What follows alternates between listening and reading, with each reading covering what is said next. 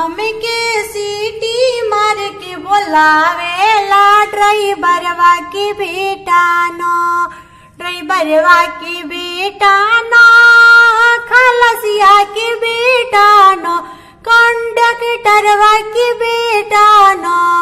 हमके सीटी मार के बोलावेला ड्राइवरवा की बेटा नो।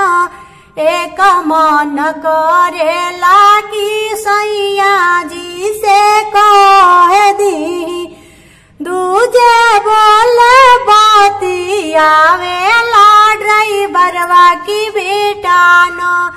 हमके सीटी मार के बोलावेला ड्राइवरवा की बेटा नो।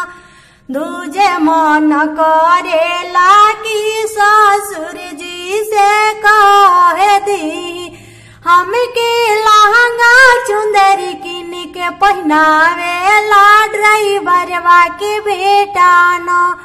हमके सीटी मार के बोलावेला ड्राइवरवा की बेटा नो।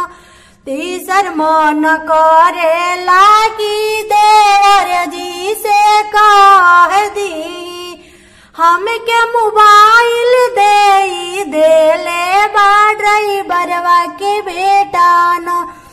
हमके मोबाइल पर बतिया, हमसे मोबाइल पर बतियावेला ड्राइवरवा के बेटा नो। हमसे मोबाइल पर बतियावेला ड्राइवरवा के बेटा नो। ड्राइवरवा के बेटा नो, कंडक्टरवा के बेटा नो, खलासी के बेटा नो। हमके सीटी मार के बोलावेला ड्राइवर